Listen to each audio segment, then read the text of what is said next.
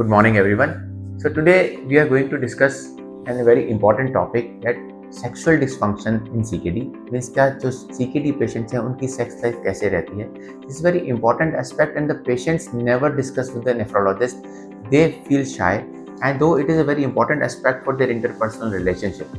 So what are the causes and what are the symptoms when they present in this kind of sexual dysfunction? In the males and in the females we'll discuss. Males, the most common is there is a lack of libido, lack of desire.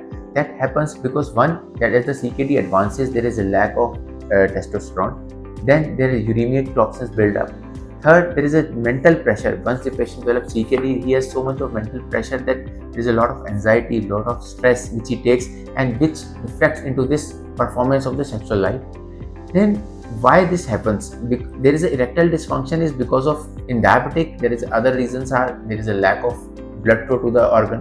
There is a nerve dysfunction which leads to that. There are certain medications which leads to erectile dysfunction, and uremic toxin, testosterone we have already discussed. So a gamut of everything contributes to for this erectile dysfunction. Is that reversible? Is that manageable? In early CKD, definitely uremia contributes very less. You have to get the testosterone level, you have to take the mental counseling, because if there is only mainly anxiety is causing it, the creatinine is 1.4, then definitely organic causes are not the important. It is the mental pressure which is taking care.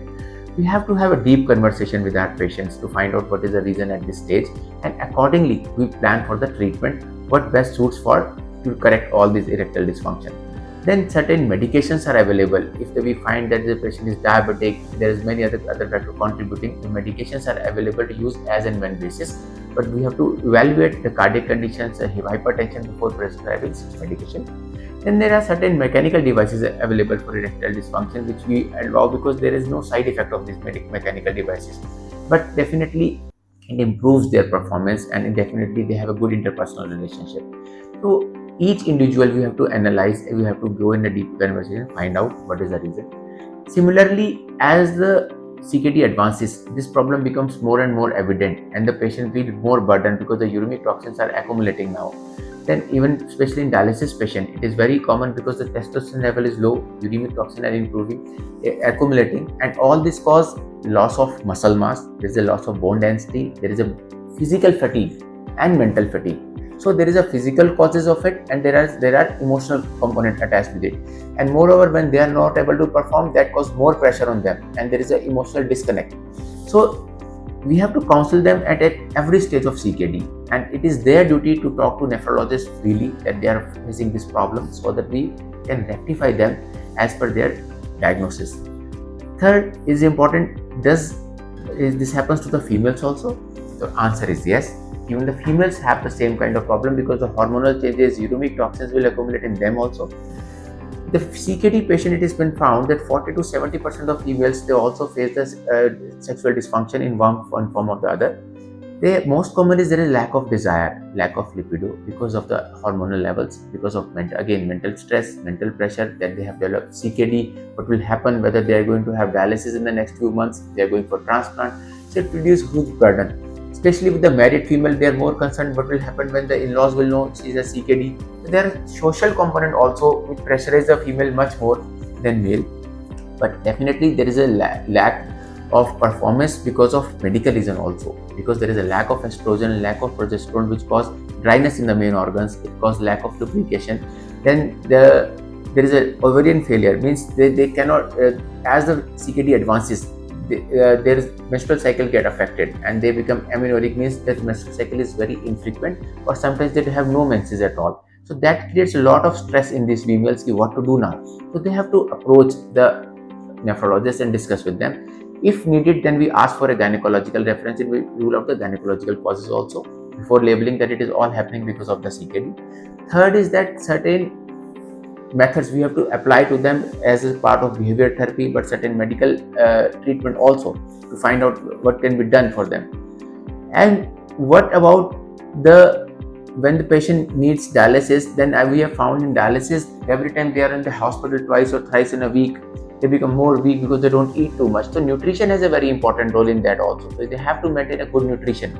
They have to relieve their stress, regular exercise. They all will help improve the blood circulation, reduce the mental burden, and they are part of treatment, and they indirectly affect that their sexual performance also increases.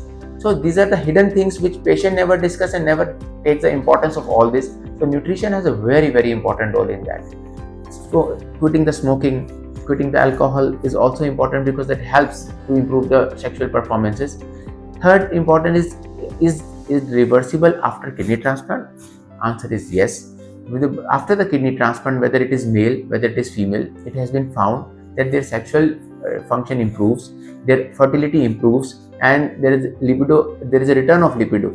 So in all parameters which we have discussed, which causes the changes in their sex life in both the partners, that improves a lot. And I mean, after 1 year we allow them that they can have recruit their family and they can have their kid, whether it's a female, whether it's a male. But first 1 year after transplant will allow them just concentrate on their kidneys. Once they have a stable graft function, then definitely they can go ahead with their family procreation. So in all together, it is many times correctable, many times it is rectifiable, but only thing is that we have to be open to each other, that we have to discuss it, and there is a medical ground, and everybody has a right to have a good interpersonal relationship rather than taking the mental burden of it together.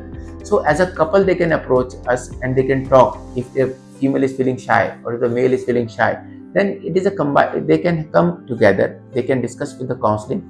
If we want that, there can be a behavior counseling, there can be psychological involvement where we can do the counseling part and treat the medical part also with the help of medication, with the hormone replacement therapy. If they are appropriate to go for hormone replacement therapies, we can add that also. So in totality, this part of the area of CKD patient is very less discussed in our, especially in Indian population, but definitely they feel the burden of it, they feel very neglected, sometimes they feel very depressed, but still they are taking the stress only but not getting any answer to it. So here, that's why we made this video, to make them aware that the openness in communication can help them to get rid of all this and they can have a good life together. Thank you.